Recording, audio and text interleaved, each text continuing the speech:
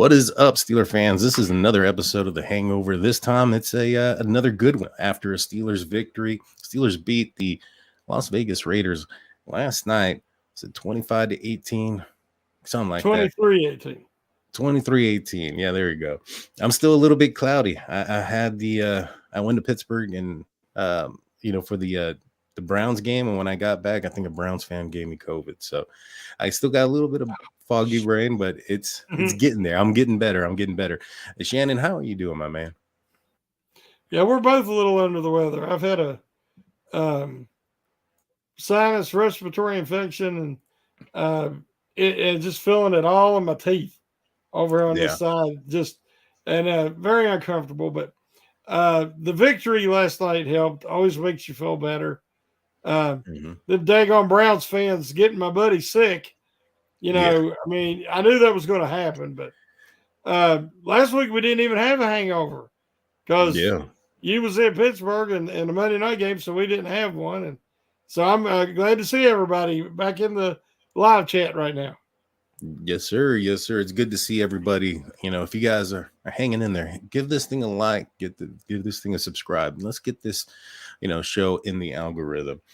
So did you get an opportunity to watch the game last night? And if so, where did you watch it at? Yeah, I just watched it at home and I was really excited. The Raiders always give the Steelers trouble, regardless of record. And they both come in 1-1.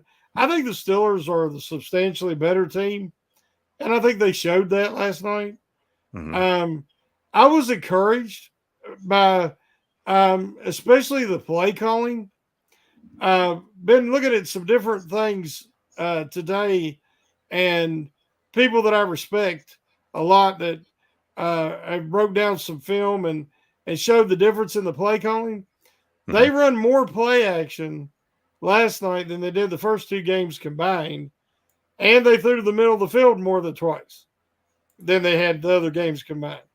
Right. And it worked. I mean, they was hitting Pickens on crossers. The deep post to Austin was down the middle. The corner route to Freiermuth for the touchdown was off a play action rollout. Those plays, the little screen to Warren in the middle that was set up and executed beautifully. The play column was much better, and therefore the execution was much better. They go hand in hand. And so I was very, very encouraged. What did you think? What did you see that you could tell was different? Well, first I'll say that the beginning started off the same. Steelers offense got 3 and out, 3 and out, 3 and out. And I was like, here we go again. But the defense was showing up, except for that one drive where, the Raiders end up tricking the Pittsburgh Steelers on that fourth down where it appears that they're going to go for a run, try to get the first down, and Garoppolo throws it up for Davante Adams and ends up coming down with a score. Outside of that drive, I thought that the defense did well. They were, doing their job. I think there was a lot of an issue with guarding Davante Adams, but at the end of the day, he didn't kill the Pittsburgh Steelers. He got a lot of points. He scored a lot, but the Steelers still won. And so, they got a couple of picks too as well. Was you shocked as I was that when I heard that the Raiders were the only team in the NFL that hadn't given up a quarterback sack? And I immediately thought, well, that's getting ready to change because with Watt and Highsmith and all the Steelers pass rushers, and they did get 4 sacks, but it was not easy. The Raiders blocked the Steelers by far better than the Niners or the Browns did, one-on-one. And they have a very good pass blocking and pass protection. They're very disciplined. Jacobs picked up an extra blitzer when the Steelers would try to send Holcomb or Alexander or even a slot guy to, get extra pressure. Jacobs, it was a lot like Warren. That was an impressive display last night between Josh Jacobs and Jaylen Warren on how to pick up blitzers, in pass protection. So, I mean, the Raiders at the beginning of the game tried to duplicate what the Niners and Browns had done, Mm-hmm. or a stack box, crowd the line, but they just didn't have the talent that those other defensive fronts had. Right. So that I was glad, because that finally allowed the offense to start getting some rhythm. Pickett to stand in there, and he stood into the last second to hit that deep ball that started everything, got the ball rolling to Right. Austin. So they needed that. So I Yeah. kind of, one of our things was, it was kind of a Vegas vacation. Yeah. It was a tough game, but when you look at the first two opponents, it was definitely a lesser quality of opponent. Right. And I agree. I agree 100%. I think that the quality of the players on the defensive side for the Raiders weren't up to what the Steelers had played with against the Browns and the Raiders, and and the 49ers. So then in turn it should have been a better showing, and it was. Mm-hmm. But before we get more into the game, there was some news that broke before the game that offensive coordinator Matt Canada was having more duties added to his plate. He was going to be what sounds like taking over the quarterback coach's position as well. What are your thoughts on that news, and how accurate do you think that news is? Well, that is perfectly normal for the Steelers. They Mm-hmm. are very respectful. They won't come out and say, that not only do they not fire coaches, but they don't openly admit they demoted coaches. But that's Right. like, you say, well, you're getting promoted to a position where you can do less damage. Mm-hmm. And so I think what's happened is they're going to share play calling responsibilities. I mean, these plays that we saw last night have always been in his playbook. Yeah. It's just the timing of the play calling, when, Mm-hmm. where, and why. I believe that a lot of those duties have been relieved from him. They don't want to say, there's no way you're going to give a guy who's struggling that badly an offensive coordinator and say, yeah, you're going to be quarterback coach too. Mm-hmm. He will have more interaction, I believe, with Pickett, because I believe they're going to give Pickett more say in the play calling.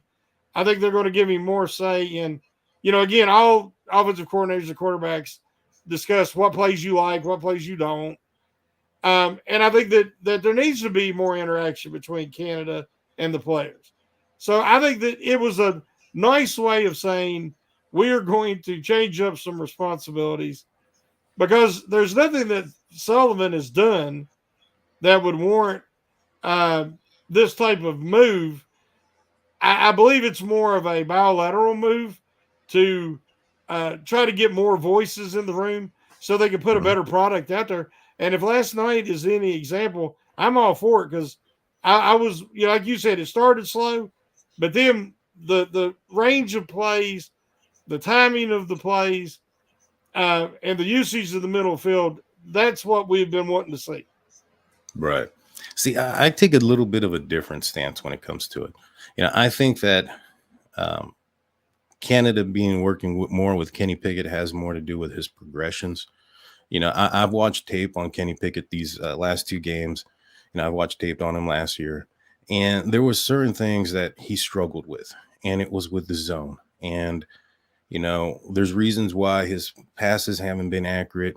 In the first couple of games against the zone, and I think it has to do with his progressions. There's times where he's looking at the wrong. The defenses haven't been hiding anything. For the most part, they've been showing what they are showing pre-snap.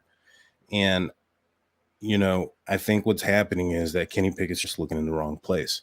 Now, is that, the coordinator's progressions, or is that the quarterback coach teaching those progressions? And so I'm thinking maybe perhaps that could be what it was. But like you said, it seemed to have worked better last night. So continue that, right? And Well, continue it going in the right direction. I think it's a lot. The quality of the opponent matters. Mm-hmm. The I mean, yesterday, well, the Steelers wasn't playing until last night. I got to watch quite a bit of football. Mm-hmm. And guys, they was some terrible, terrible quarterback play. Yeah. And we all across the NFL, guys, it's veterans Tannehill's what, 8-year veteran. You look at what the Niners and the Browns have done to other quarterbacks. The Browns, actually, Pickett had better statistics against the Browns than the other quarterbacks they played. Mm-hmm. So I think he's a second-year quarterback who's a game manager. And me and you, we see things quite different on that aspect, where I believe that the game plan, when you watch the teams with, like the Dolphins or the Rams or the 49ers, the teams with the better offensive coordinators, their coordinators scheme guys open. And they put the quarterback, there's multiple times, there's just easy throws that I swear me and you can make. Because the guys they scheme them wide open.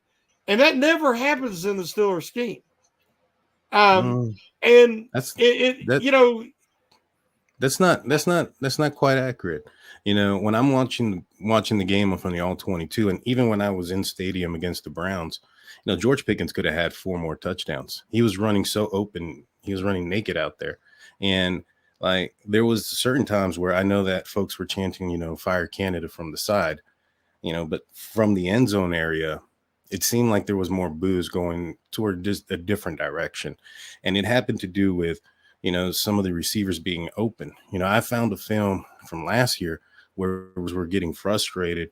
And, from the TV angle, some would speculate that the frustration was because the wrong play was ran or whatever. But in reality, it was because they were wide open and the scheme was there and the quarterback owe it. Now, Chris Collinsworth made an interesting comment last night I think it was after the touchdown to Calvin Austin, where he said, Kenny Pickett actually threw it this time. That kind of tells me that there are guys open. The scheme is working. And I've kind of seen that on tape. But the quarterback, for whatever reason, whether he's not reading the field right or he's not confident in his line or he's not confident in himself, isn't letting it rip. And I think last night he realized that the pressure coming wasn't the same as the first 2 weeks. And I think he settled down a little bit. And I'm hoping that's what it was that kind of alluded to why he played better. But, one thing there about are it guys is open. you've had Ben Roethlisberger, who's the greatest quarterback in Steelers history. And he was on the tail end of his career, but he could still read defenses and he could still make plays. And he struggled in Canada's offense. Mitch Trubisky, who was the second player selected, I believe, he looked like trash in Canada's offense, regardless of what some people will say.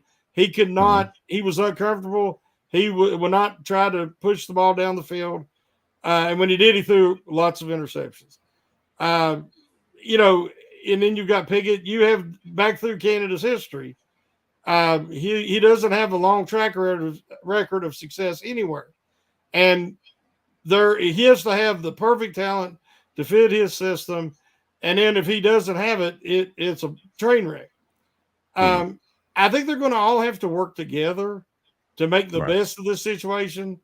I know that, the running into stack boxes, whether Pickett doesn't have the ability, the freedom, I don't know, to check out of those plays, they're doomed before they start. When there's 6, 7 guys at the line of scrimmage, you just can't do that. The jet sweeps to the unbalanced side. I mean, there's plays that are run that make absolutely no sense. And that doesn't fall on your quarterback. That falls on your coordinator. So while I heard Merle Hodge go off this week on the wide receivers. And he didn't like the effort of the wide receivers, and he just let them have it. He didn't like the execution of the offensive line. And he said that the running back's vision wasn't good and they wasn't seeing the holes. So, but the one constant in all that, and just like a head coach is responsible for the whole team, the offensive coordinator is responsible for the offense. And so that's why I'll always give him more of the blame. And I believe with the changes that were made behind the scenes, and I admire the way the Steelers have done it, because there's no reason to come out. You already have people chant, fire the guy. So I think the way the Steelers did it is a classy way of doing it. And I think now that hopefully with more voices in the room, we're going to see a better product. No, I agree. I think that what the decisions that the Steelers made this week, we see it two different ways. You see it as a demotion. I see it as more work added to his plate. It was, we don't know it, but it appeared that he was calling plays from the view that they had on Matt Canada that came up periodically. It looked like he was calling them. So, we don't know. Maybe he was demoted. Maybe he wasn't. I'm not sure. But that, tweet that came out yesterday referencing it, one part that added into it was that the Steelers trust Canada and they believe in him. And this is why they're adding more to his plate versus taking away. And so I don't know what's going to happen there. But I'm hoping that it starts to work in the right direction. And I'm thinking maybe perhaps, Canada working directly with Kenny Pickett to, give him an idea of the progressions and where things are going might help out a little bit. Now, as far as like, Canada doing, poorly throughout, his Steelers tenure. I mean, he had Ben Roethlisberger, yes, but when he was 40 and off of a bum arm, and Mr. Trubisky, he is who he is. There's times where he shows some flashes, but at the end of the day, he kind of crumbles under pressure. He did that against the Ravens where, boom, he was all of a sudden, he's moving the ball down the field and then 3 interceptions and the Steelers lose. Yeah, that's true. So, he but is it doesn't who he change, is. like I said, it doesn't change the other maddening calls in the running game. Oh, I agree. And and here's the thing. I want everybody to understand. I am a Kenny Pickett supporter. Mm-hmm. But I'm a supporter of whoever's playing quarterback that wins games for the Pittsburgh Steelers. Mm-hmm. If Kenny Pickett is the answer, I want him to have an opportunity to prove it this year. If he's not, back to the drawing board. Because we all, us older fans, went through from Terry Bradshaw all the way to Ben, and it was that, dead period where they could do a lot, even went to the Super Bowl, but they couldn't win it until they found another franchise quarterback. So that's what I want to see. I want to see what Pickett can develop into, what he can develop into within this offense. And I just think that when I say whether he's calling the plays or not, he's still sitting in the seat. But like I said, I think there's more people, more voices in that room now prior to the game in game planning and what we're going to call when and where, including Kenny Pickett. And that's the best teams. That's what they do. Mm-hmm. They utilize all the talent at hand. We're not quite doing that yet. Again, I don't know if they've ever even looked at Darnell Washington one time. It's like Washington is that extra tackle. I don't even know. Does he have to report as eligible? I think that's what they might be thinking. But I would like to see him utilize all the talent at their disposal. And at least they got Freiermuth involved yesterday. Yeah. Do you think the use of the rookies, though, is a coordinator decision or is that a coach decision? Because I've seen that on both field where they've slowly introduced Joey Porter Jr., Keanu Benton, and other defensive players in, as well as the offensive players, Broderick Jones, Darnell Washington, they're coming in certain moments and they're not really highlighting their, do you think that's a coordinator issue or a Mike Tomlin issue? Because I think that's more Mike Tomlin controlling the personnel. Yeah, we've all talked for years that Tomlin is not. I don't know if it's from Dick LeBeau back when he first came in, and because LeBeau's defense was so difficult, it's so complex that it was hard for rookies to play. It's different now, but when you watch Levi Wallace, it's seldom do I see a guy have 2 interceptions in a game, and I said he had a bad game. But Wallace, you say, well, they're putting him out there in that soft zone coverage, and he's just trailing Adams all over the place and then trying to make a tackle. But really, that's his game. That's where Wallace is. He's better in zone. But that really limits what the Steelers' pass rush is going to be able to do if they can't hold up in coverage longer. Right. And right now, they're being very fortunate to get all these turnovers, but you can't count on that. Turnovers are fluky. You'll get them in bunches, and then you won't get any. And right now, the run defense was a little better last night. And I thought Montravius Adams played a stronger game. His penetration is always excellent. He's very quick. But I thought he held up better because the Raiders' interior line is not a powerful run blocking line. So I think he was able to have a better game. But as you say, the rookies, look at Keanu Benton. I mean, he's tossing guys around. And that one sack he got, that penetration and that quickness at his size, he was on Garoppolo before Garoppolo could do anything. Oh, and it was really a beautiful swim move. And then he just was right in there. I'd like to see more Porter because he is the one guy capable of playing tight coverage. Benton is getting more and more playing time. Jones, because neither tackle's playing that well for the Steelers right now. They're holding up. I think last night they graded out average. So, but I think Broderick Jones, it might be after the bye, but I do think he's going to eventually get in there. And Nick Herbig has been very effective. He's just not getting many snaps because the guys he hits in front of him. So, but the one that really, like I said, it really baffles me is Washington because he's a special talent and athlete. And we see that seam, and they're starting to use the middle. So that gives me hope that they are going to target him, at least a few times a game. Because if he does catch it and he has good hands, he's going to be a load to tackle. Mm-hmm. No, I agree. And, especially in the red zone, Oh, yeah. I think there was times where even Vegas went like 2 tight end and, Josh Jacobs, and they spread the Steelers out. I don't see us doing that very often where we go in there with, our big, we have Pat Freiermuth, Najee, Darnell Washington on the field, maybe even Connor Hayward, George Pickens, and just go really heavy. And if, they bring in their big guys, spread them out. And those guys, in my opinion, are all capable of catching the ball. And if they come in with their littles, pound it in and let's knock them, let's run it down their throat. But when it comes to Keanu Benton, I think that one of the players that benefits the most that I have seen when he's in the game is Montravius Adams, because he's actually moved into a position when he's on the field alongside Keanu Benton that better sits his needs or skill set, which is the defensive tackle. In fact, I think he was the one that tackled Garoppolo as he was trying to hand off the ball like super quick. And he hit him before he handed it off. That could have easily been a fumble. They got lucky that wasn't a fumble. Yeah, 100%. I agree. And so I think that Montravius Adams has benefited greatly from him. And I just don't understand, why not going with this front, especially if it's showing to work. Now, I guess, Tomlin's, be devil's advocate. Tomlin's biggest statement when it comes to rookies is exposure, and that perhaps defensive coordinators or offensive coordinators are going to figure out, something in a rookie's game that they can exploit and that it could hurt at the wrong time. And I get that and I understand that.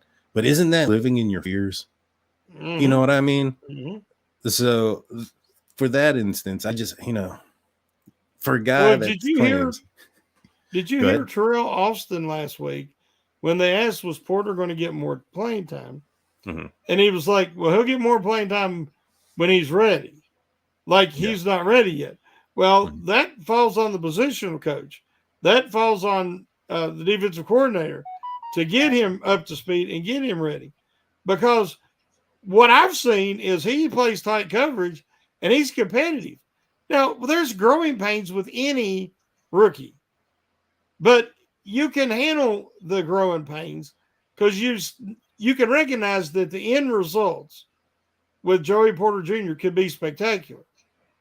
He could easily be the best corner the Steelers have had since Ike Taylor. Right. But, it's like you said, they're bringing him along super slow.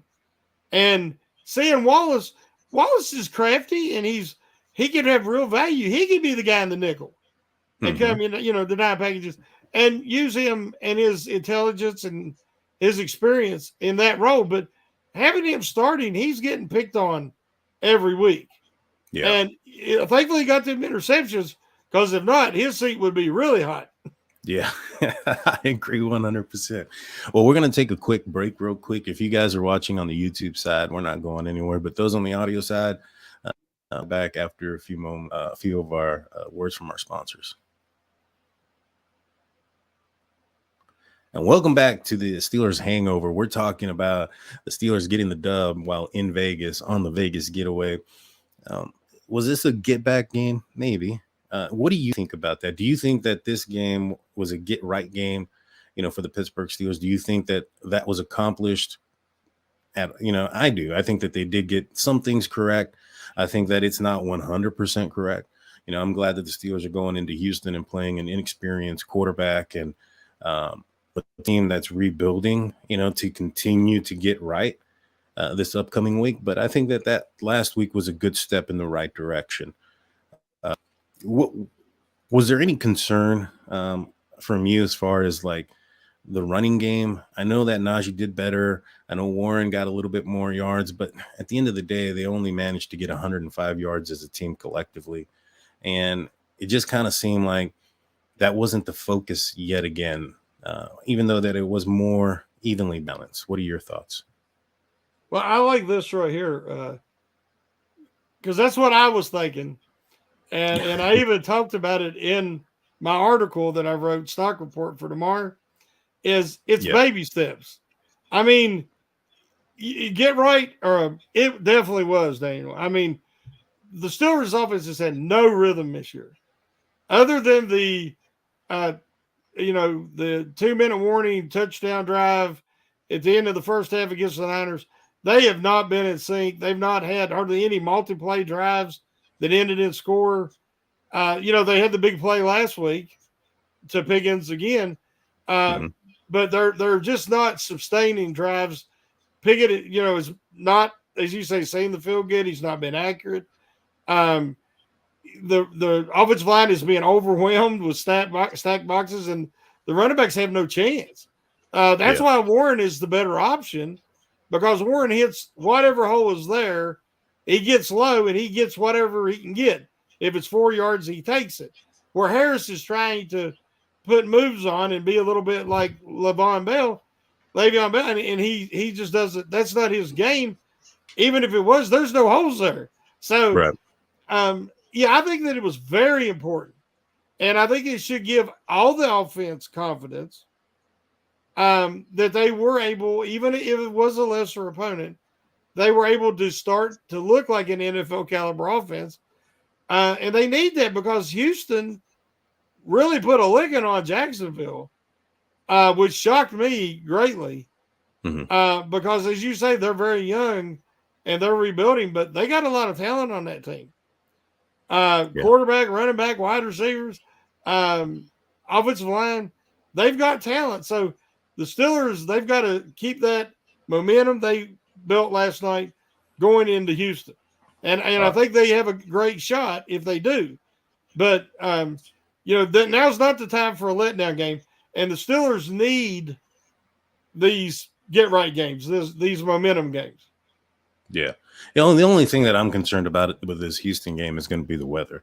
It's still been approaching triple digits down here in Texas at this point. And if memory serves me correct, every time the Steelers have played Houston in September, Houston has forced the Steelers to wear the black jerseys and just to attract more heat and open up the roof. It's quite annoying as being a spectator at the game, because you're like, man, you got a roof. You can just cover it, turn on the AC, and we don't have to be all sitting here, the fans in this heat. But, I get it. It's home field advantage, and that's what they're going to, to do to the Steelers. So, I would hope that they stay very well hydrated, drink some pickle juice, whatever you have to, because it is still very hot in Texas. Calvin Austin had himself, I think, a pretty good game, maybe even considered a breakout game. There was a player, I can't remember his name. I think he was number 0. That was very quick for the Las Vegas. Yeah, he had a 340. George Pickens and Calvin Austin were kind of leaving him behind. So I liked what I saw out of the receivers, but Calvin Austin, in my opinion, had a little bit of a breakout game. Do you think that he's a guy that can be the long-term answer for the Steelers at the outside position for the wide receiver? Well, Yeah, we've talked about it. Me and you have talked about it on another podcast, and Yeah. uh, when they made the grading the pick article in Memphis, he is a football player first, and he Mhm. has who happens to have track speed. So although he's diminutive, if you watch him, he great effort. He blocks. He took a couple of shots last night, and he Mhm. hopped right up. Which is always a concern. But he is very competitive, and his speed is elite. I mean, that acceleration, once he catches that ball, if he gets a step, if he's leaving, he's leaving. Oh yeah. And the Steelers have needed that for so long. And now, when you consider Pickens on one side and Austin on the other, both guys you have to watch because they both can take you deep. And I'm like you, I think Pickens looks faster this year. Oh yeah. On one of the play, like you're talking there, Bennett was trailing him on one of them crossers, and when Pickens caught it, he ran away from him. And Mhm. I was expecting Bennett to run him down, but he didn't.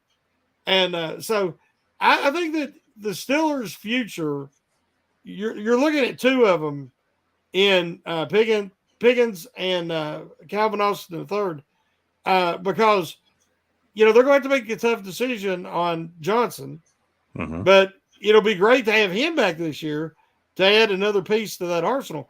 The Steelers, if they can have a decent record with Cam Hayward eventually coming back and giving them that boost, that'll really be something. They're in the middle of the season. No, I agree. Especially, also Deontay coming back at that time, like you mentioned. Hey, that's going to be the time where the Steelers are going to want to try to make that push, right, to Yeah, get into the yeah. postseason, and that's a good time. As long as everybody is healthy, for that to end up happening. On that play though, to Calvin Austin, the reason why that play worked was the blocking from Jalen Warren. There was a guy Yeah. coming right up the middle, and he just got in his way and took him out. Like Yep. that guy is showing that he deserves more playing time, and it came out before the game that he was going to be featured more in this game. I thought he was. Mm-hmm. It's still not 50-50, and I still think that Najee's going to carry the majority of that load. But I thought that having him out there also, I think maybe even benefited Najee a little bit because I saw some more explosive runs from Najee in this game when he didn't have to have majority of the weight on his shoulders. Mm-hmm. Um, I thought he did well. Najee did well running the game. On defense, we talked a little bit about the defensive line, but how do you think that the Steelers did as far as tackling in this game? This that's been kind of an issue for the first two games. Missed tackles were a huge thing, especially in the running game. Do you think that the Steelers kind of cleaned that up a little bit this weekend? Oh, definitely. The McCaffrey is very shifty. Like the spin move he put on Levi Wallace on that long touchdown run, that was criminal. And then Yeah. last week they had to deal with Nick Chubbs, and he broke like 6 tackles there before he got injured. And Hmm. then Ford was able to bounce that one long run. Um, and their receivers are tougher to tackle. Cooper and Peoples Jones and those guys, especially the big tight end. I can't never remember his name, but Njoku. very athletic and hard to tackle. That's not the Raiders' game so much. Jacobs, they shut him down. They tackled very well Hmm. and never let him get started really. And then we know that Devontae Adams is a great receiver, but he's not necessarily known for breaking guys' ankles or breaking tackles. So I thought they had a better opponent to work on their Hmm. tackling last night, and I thought they took a step forward because it was much more crisp and fun, and they were fundamentally sound last night. Yeah, I agree. The and it and although it may not have been the competition or the level that the Steelers had played, going into this game, as far as the level of talent at the running back position, but Josh Jacobs was the leading NFL rusher last season. Big Mm. guy, he's a bruising guy. The Steelers were able to contain him. Despite what he's been able to do. The lack of performance earlier on in this season. It's kind of like when Le'Veon Bell took the entire training camp off in preseason. It took about 3 games for him to get right. This is his third game, and he even came out talking about that he felt good this week. He had a better practice. He felt that he was seeing the field better, and the Steelers were still able to contain him. We talked about Garoppolo being sacked. I think he was sacked a total of 4 times. Yeah, 4 sacks, 3 turnovers. Steelers win by 5. That doesn't make sense to me still. I think the Steelers need to be able to win by a lot more than that. But what are your thoughts on the outside guys? Alex Highsmith didn't really seem to be that big of a force this game, but TJ Watt was doing TJ Watt things. What are your thoughts? I was really shocked after the game. I looked. Alex Highsmith was not credited with any statistics. No tackles, no assisted tackles, no sacks. I seen him make it. They didn't give him any pressures, but I seen him make a spin move there late in the game where he got right into Garoppolo's face and caused an incompletion on a big play. And but he wasn't the factor he was against the Browns. And that's why I think the Raiders had given up 0 sacks coming into last night. Right. You just are not going to shut out Watt. TJ is going to get there one way or the other. Everybody, we're so blessed to have Marcus Golden. A veteran who's had 3 double-digit sack seasons, and he was out there late in the free agency period, and the Steelers were able to get him, and he's a great fit with the culture. He went to Temple, and he loves the area, and is very familiar with the organization. He seems very comfortable. And when he's in the game, I don't see a huge drop-off. He hustles, from snap to whistle. And that, he's had sacks in back-to-back games. So I'm really pleased with the depth at edge. This is something the Steelers have just not had. And, then you have a guy like TJ like last year get hurt, or Highsmith have a groin or an ankle injury, and they were just severely handcuffed. And this year, I feel much better about it. Yeah.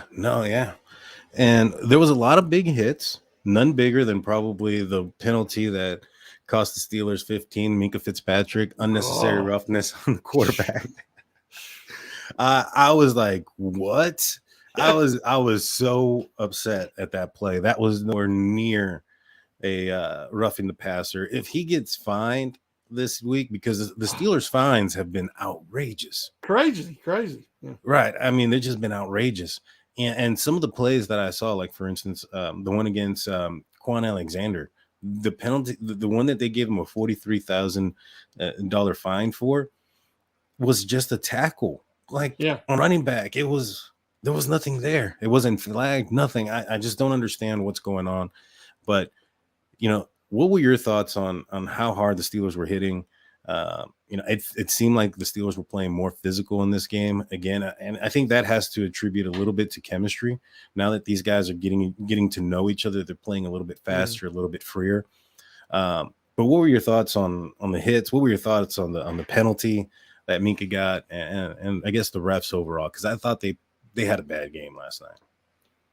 Oh, well, to start out, the hit that you was talking about in the preseason on Quan Alexander, the NFL rescinded that, which I thought was only fair. One. Oh, okay, but I know that one they rescinded, which I thought was only fair because it was just a hard hit. It's either you're going to put flags on them or it's tackle football. And what Fitzpatrick did, actually he could have hit him way harder. Yeah. He just kept flying in unblocked, and he picked the right lane, and he hit him, and he hit him first with his arms and his shoulder, and then their helmets happened to touch. But as the ex-referee that, is an advisor now on the live broadcast, he's like, but that wasn't a forcible, intentional blow. He should not have been penalized. And that was a huge call because it let them continue that drive, half a distance to the goal line, and they scored, and it let them back in the game. I just sat there, and I'm like, is it possible? I said this to my family. I said, is it possible we're going to get a relaxing Steelers victory? Which is, how long has that been? And, of course, no. Something's got to happen. And but they blew, I thought, so many calls on Mhm. the pass interference in the end zone that give them the ball on the last touchdown. They were the tackle, left tackle. I don't know if you could qualify that as holding. He had a hold of Alex Highsmith. He pulled his shoulder pads out. He had a hold of both shoulder pads on both sides and was Yeah. holding. In Highsmith's arms, he looked like a puppet. He couldn't do anything, and they didn't even call holding. I mean, it was the quality of referees. I don't know what's the problem. I don't know if it's still a union issue. I don't remember that crew. That guy last night, the head up, I didn't recognize him.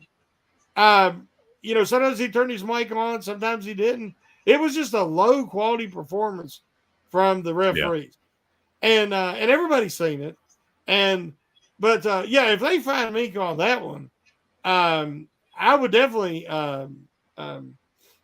what's the word? Um, Uh, what is that? Appeal that? Appeal. Yeah, I'd be like, you got look at the replay again, guys. Yeah. That was not roughing the passer. Yeah. He could have tackled him and drove him into the ground.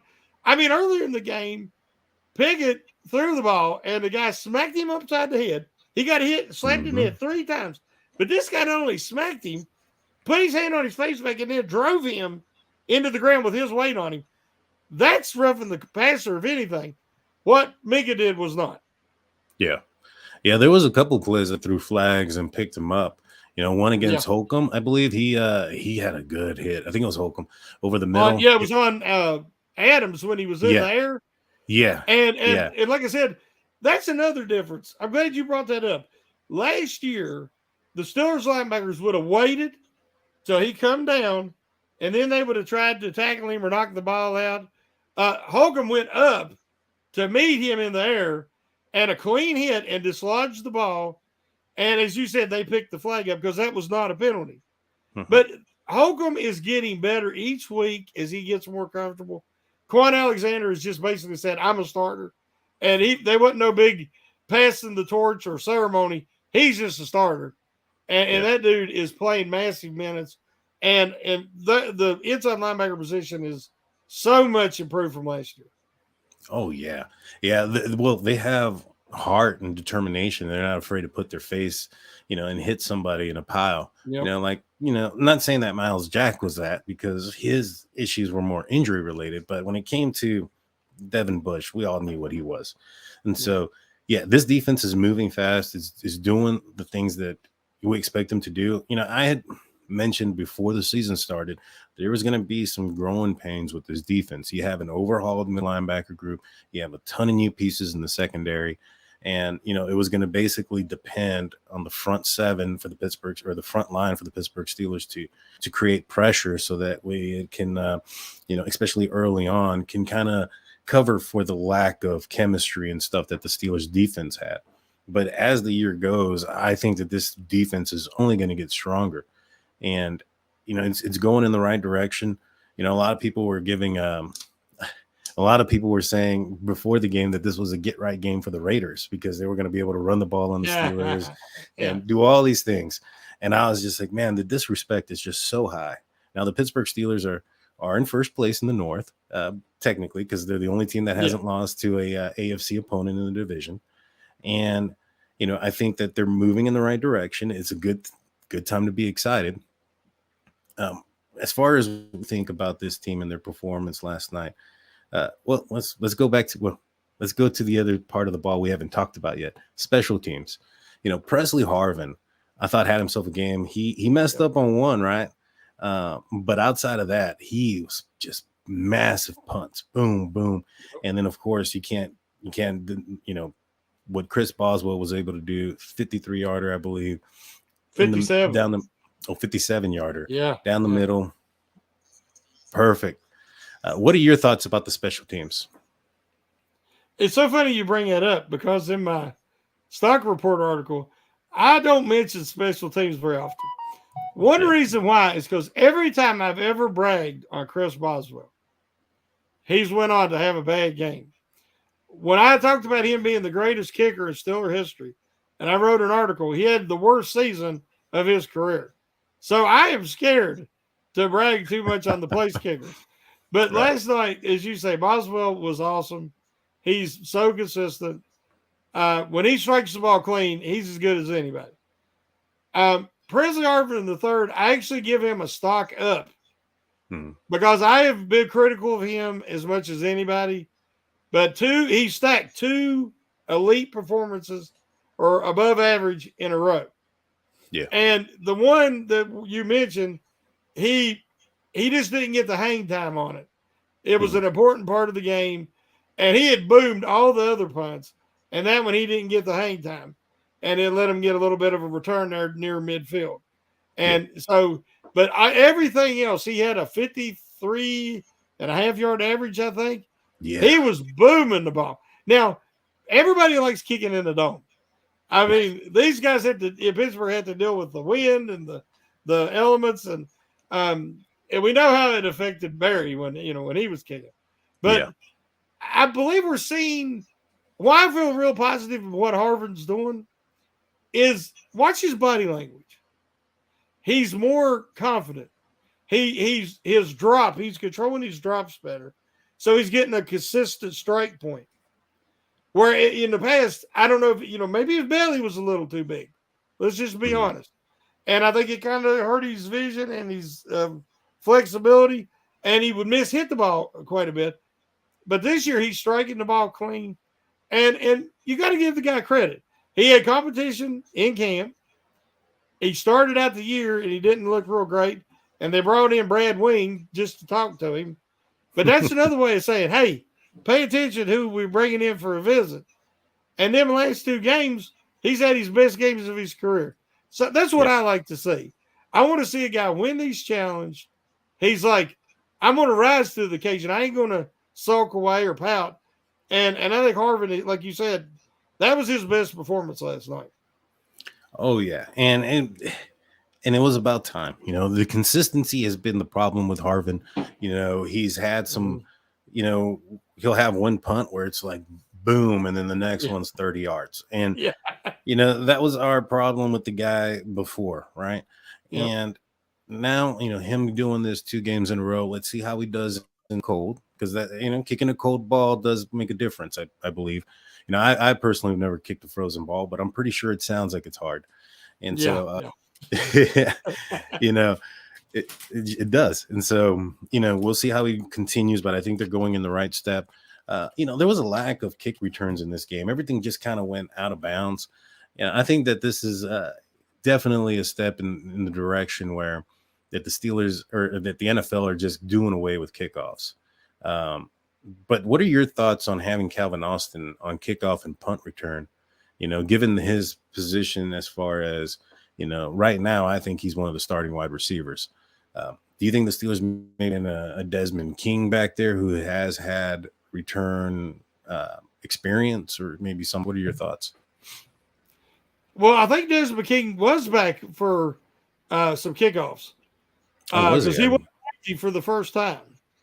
But they were all kicked. I think that's what you're going to see. But the way these kickers now can kick for distance, everybody kicks it at least halfway in the end zone, if not out. And it's really not worth because so many of the guys don't make it back to the 25. You have the risk of injury. You have the risk of turnover or a penalty, which the Steelers are real good at. It starts you halfway to the goal line.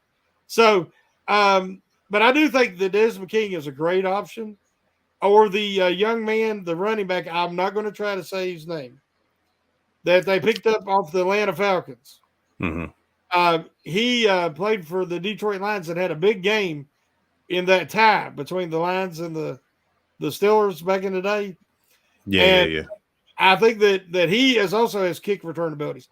And I would limit Calvin Austin to punt returns because, one, he can fair catch, and he's doing a good job of deciding when to do that and when not to. But you want that acceleration, and he's so shifty and elusive that I really like him on punt returns.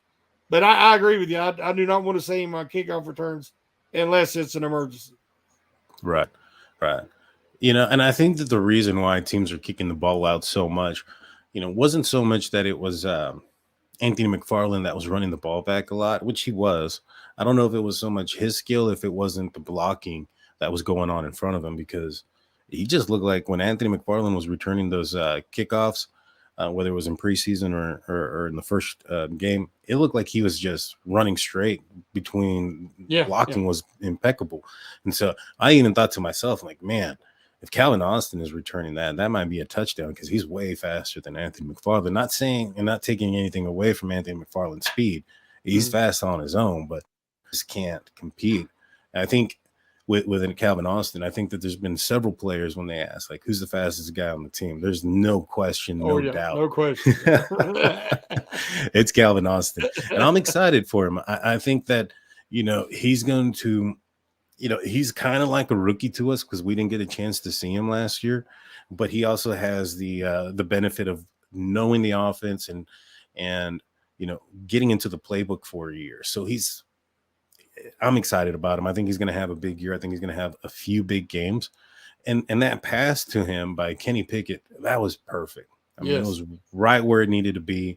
If anybody had that, concerns of Pickett being able to launch the ball deep, I think he answered those questions. What do you think? Yeah, it was a 46-yard in the air dime. I mean, it was perfect. And there was times that I've seen Pickett miss throws. He hit Austin in the preseason. Mm-hmm. And then he would have some guys open or other quarterbacks, whether it was Trubisky or Rudolph, and they would have guys open on some deep passes in the preseason and missed them just by like a yard. And I said, I bet you they're used to throwing to Austin and that speed or Pickens with his leaping ability and his wingspan and reach. And then when you throw to these other guys, they don't have that extra little bit of burst or length to get it. So I think the Steelers have some real options there that they can stretch the field because you also have Freiermuth and, like I said, Washington, because Washington can really run for a big, big man. And I would like to see him get to work at middle and the seams on a go route. And I mean, like I said, with his height and reach and speed, he could be a real weapon. So, yeah, I'm excited about that because it's been a while since the Steelers could stretch the field. So, moving on to the next week, going against Houston Texans, what is it that you want to see from the Pittsburgh Steelers offense and defense that points to the Steelers moving further in the right direction? Well, again, we want to see more of the play action, more of the middle of the field, the not being so predictable, because at the beginning of the game, it was pretty predictable. And then like I said, they started doing things that the Raiders wasn't expecting that much play action in middle of the field usage. And that's why a lot of the plays were so open. Build on the chemistry that they gained this week, because they couldn't gain any chemistry the first 2 weeks because they wasn't out there. You can't be 3 and out, and you're not developing anything. And you can only do so much in practice. So, I want to see Tomlin have these guys ready to play. It's going to be another Steeler away game that's like a home game. Because like that game last night, I mean, all the terrible towels and the cheers were louder when the Steelers were doing something than when the Raiders were. And based on their past history in Houston, I think it's going to be similar. So, I'm like you. I want to see this chemistry and the timing from the play calling to the execution, all that. On defense, I think they shored up the run defense. It was better last night. So my main thing on defense, Daniel, is they got to tighten up coverage. Yeah. They've got a ferocious pass rush, but if you're going to let a guy get rid of the ball that quick, you're not going to be able to get there. And CJ Stroud can run. He's a lot more athletic and mobile than Garoppolo. So, those are the two things I'm really looking for. Yeah, I agree. I think that that's something to be looking forward to. For me, I want to see less 3 and outs by the offense. I think that they need to get rid of that, even if, they're not scoring on every drive. I get it. Yeah. But doing a 3 and out is just so, it's just demoralizing the whole 9 yards. The defense has to go back out there, especially if they did like 3 great plays or did a great play. And then they're like, man, we just did that. And now we got to go back out there because the offense couldn't do it. Just possess the ball and no 3-and-outs. And I think that's the next step, for this offense is to limit the 3-and-outs and continue to build on what they were doing. Defensively, I think you're on par. The secondary needs to get a little bit more shored up, whether that's doing something more schematically or maybe perhaps bringing in a Joey Porter Jr. and having him play on the outside more often.